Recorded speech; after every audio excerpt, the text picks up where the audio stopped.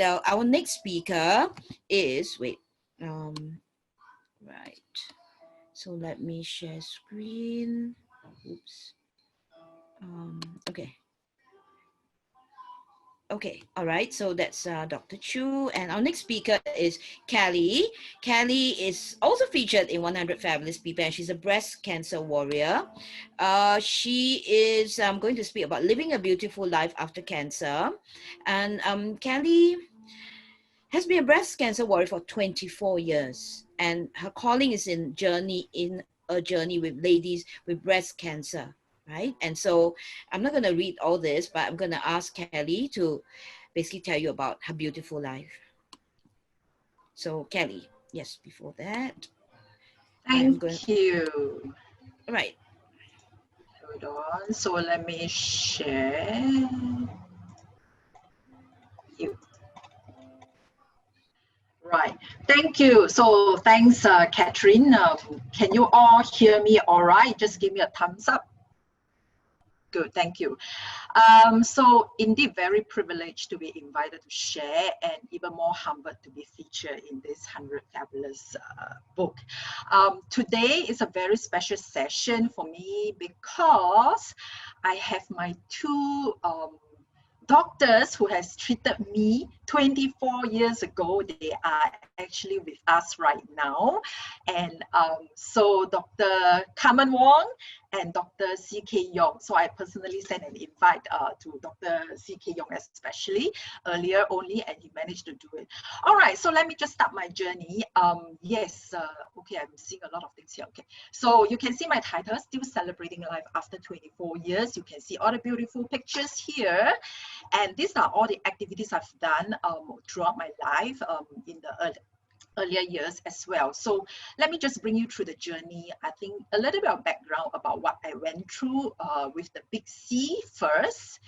Yes, and in April 1996, that was a very random date that I had, of course, but it was very special, traumatic to me because that was a day that I suddenly did a breast self-check during a shower, and I found a lump. So that was 24 years ago, as you can calculate. Breast cancer wasn't common at all. It was still not the top cancer in Singapore among ladies. And so when I found a lump, I actually ran down to my sisters. I have 3 sisters and 2 brothers. So I actually told my sister, hey, I found a lump in my breast. No, how? Don't need to worry lah. Women always got lumps in the breast, very lumpy one, so it's all right. I was like, okay, but I think I better go see a doctor about it. I also want to take this time to share that all the ladies, even men, please do a self-check and do not ignore what you find. Do see a doctor regarding that, which I'm grateful, I'm thankful that I did it, because it turned out to be cancer. And who's the doctor I went? So of course I went back to the GP who did the health screening, which I did 6 months ago. She checked and said, oh, there's a lump. So immediately she referred me to Dr. C.K. Yong, who's then a pretty new breast surgeon in Mount Avenir.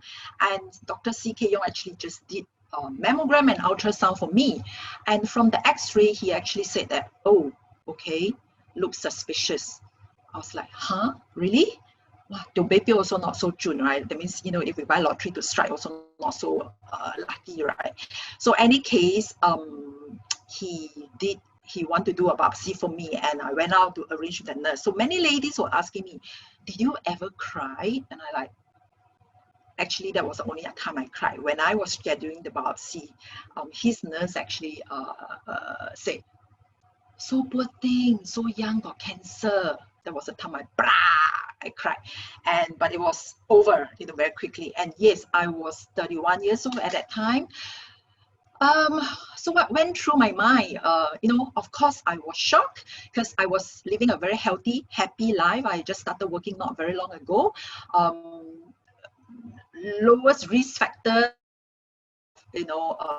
breast cancer, because I was healthy, I exercise, I don't have bad vices. Of course, I was fearful, I was denial, but I was glad very quickly I accepted, and quickly run into that of what I need to do. And of course, okay, I do get a alert here that internet is not so stable. I hope I'm coming across all right with my voice. So yes, and of course, a lot of questions went to my mind. Whether can I still be healthy, still be attractive, employable? What is the recurrent like? I mean, I was 31, right?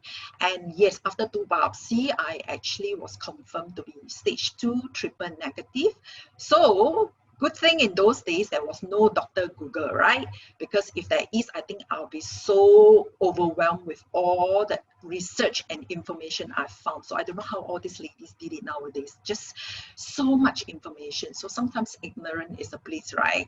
And unfortunately, I was diagnosed with stage 2 triple negative, very aggressive. Why very aggressive?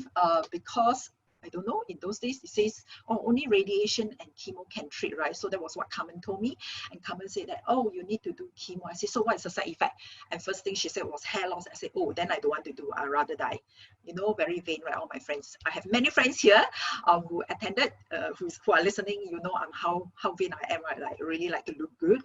And when Carmen said that, I said, no, then I will not do. Obviously, I relented to that because life is more important. I mean, look, I do have beautiful hair back, right? And yes, so I removed 16 lymph nodes, 2 were infected, and I have to go through 9 months of treatments and 36 radiations. So now fast forward, how did I actually, after that, of course, I have a lot of other side effects, mood swings, change of taste, bud, fatigue, and keep run fast PT, always in bad mood, etc., and not healthy, low white blood count. I got infection, I got hospitalized, etc. And the hair loss was the worst. I still recall the first time I actually wore a wig. I wore a wig, and it took me a lot of courage to actually get out of my house. I was just having a lot of fear. So fast forward, yes, how did I live my life? I mean, what helps me? So many ladies that I have journeyed with right now always ask me, how did you do it, Cally? 24 years. And this is what I took away, during my journey. As I'm journeying with them, each time I learn from everyone I journey with. So these are the things. Life after cancer, I think, many of us focus a lot on physical, like diet, etc. Those are all important, but I think the most important is the mental part, the mental well-being. And for me, I think that really helps. So I always share with the ladies that, okay, cancer is something very bad that happened to us, but good can come out of it, provided we are aware of the changes we need. Now, what need to change, only you can discover it. And I realize mindset change is one of the most difficult. Like if you're someone who is negative, how do you change to become more positive thinking? Actually, that can happen through mindfulness practice, through quite a few things. Mindfulness, through gratitudes, like thanking every small little thing, give thanks for the small little thing we have, need not to be big things. And I think what really helps me is also all these years, 22 years that I journey with ladies, to infect joy and hope. And when I start to bless other people, I focus less on myself. Of course, I'm not perfect, still pretty sometimes self-focused, but I think I have come a long way. And I think the other part that really helps me was spiritual. When I was in remission, I became a Christian, and because of my faith, God really helps me to become stronger, really change my bad habits a lot, my bad personality. I used to have really bad temper. Now I think it has toned down so much that I didn't even know when I PT, like became really angry. And I think the key thing is also I found my life purpose, to really just be a blessing to people who needs it. So I did a lot of volunteer works with Breast Cancer Foundation, like I'm a survivor sharer during, in fact, next month is the awareness month, but because of COVID, you know, we all have kind of shut down. I'm a befriender, I'm a cancer coach, like I'll go to Carmen's clinic to speak to her patient, journey with them, you know, and when they see me, they are really happy, you know, and I'm going to share some of them. Oh, sorry, the last one, is too excited to share their story. The last part is physical. I think that's also very important. I really exercise quite a bit right now, partly because I'm vain, right? I don't want to look fat, and I want to look good when I meet all those ladies. I eat well, I sleep well. Basically, I'm not on any diet. I eat anything. In fact, life after cancer, I have to say I take more dairy products. I do social drinking as well. So yeah, basically, you know, just watch out what I eat, but in moderations. And so the next thing I wanted to share, which this was something new that I wanted to share, is this. Yeah, I know those ladies have journeyed with a few to share. So this is Amanda. So of course I've asked, you know, those I mentioned the name, I've asked their permission. She's the one appearing with me in the 100 Fabulous book, and the picture was taken. This picture was taken when she needed to shave her hair. I actually went with her and to the salon and took a video. I was making a lot of jokes. She was laughing all the way. And then this was the picture after shaving hair. She wore the hat. Look how beautiful she is. So the pictures that was in the book were from her home. We spent a lot of time walking, talking, praying, baking cakes as well. So every time I'll have lunch there, you know, we'll bake the cake. I will spend time with her parents. This next picture is actually a gathering with the Young Women Support Group, together with the young women. So I'm an advisor to the young woman because I was diagnosed at 31. So after journeying for 24 years, I think I can give them a little bit of sharing, right, and experience and tips. So it was last year's gathering. The two in yellow, the arrows are the two ladies I also have journeyed with. I think Carmen, you can recognize her. So yeah, this was another one 12 years ago. We just celebrated her 61st birthday. Carmen, you will recognize her as well.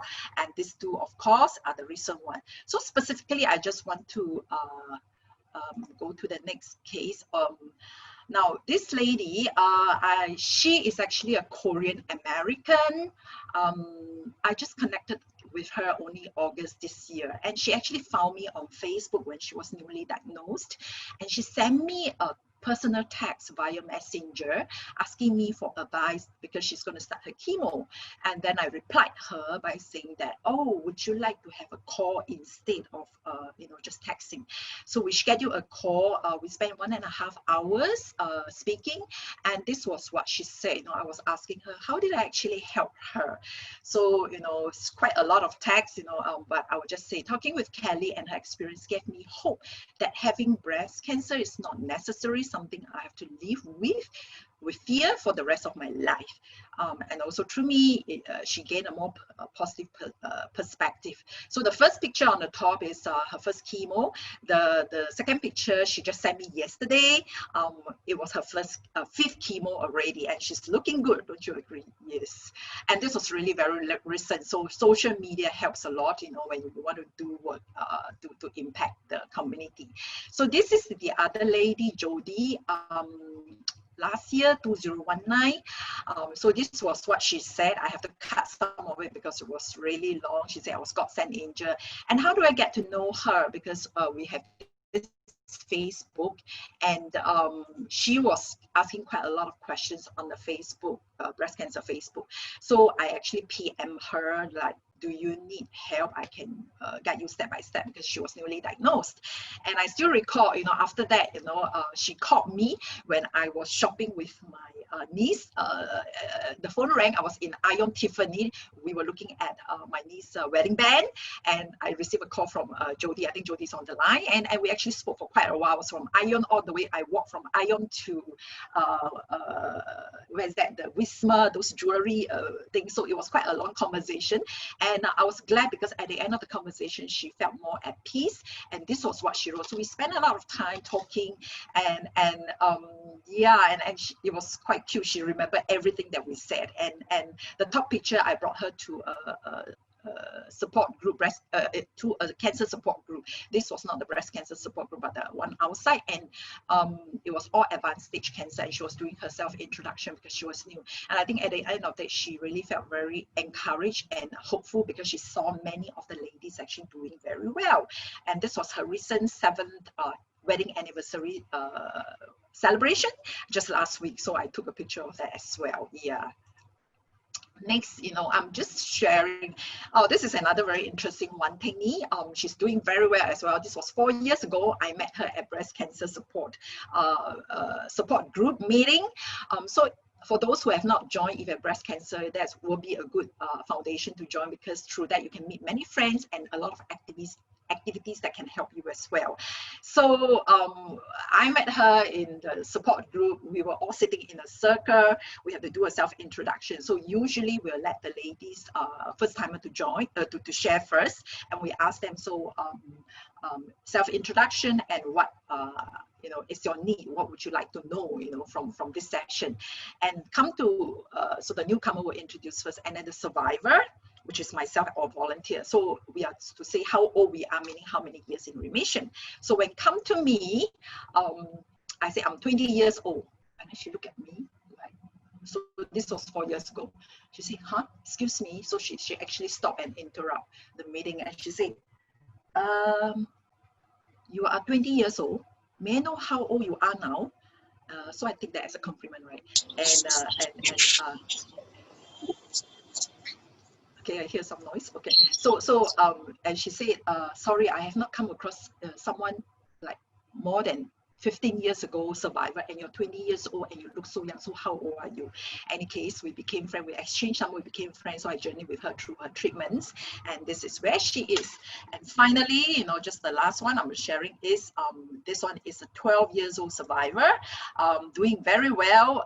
She wrote a really long one. How did I help her? So basically, most of them I see, I actually infect them with joy, hope, and peace. And now the three of us, in fact, she is also a survivor, 12 years as well. She's stage 1, she's stage 2. And now we actually spend most of the Friday painting the town red.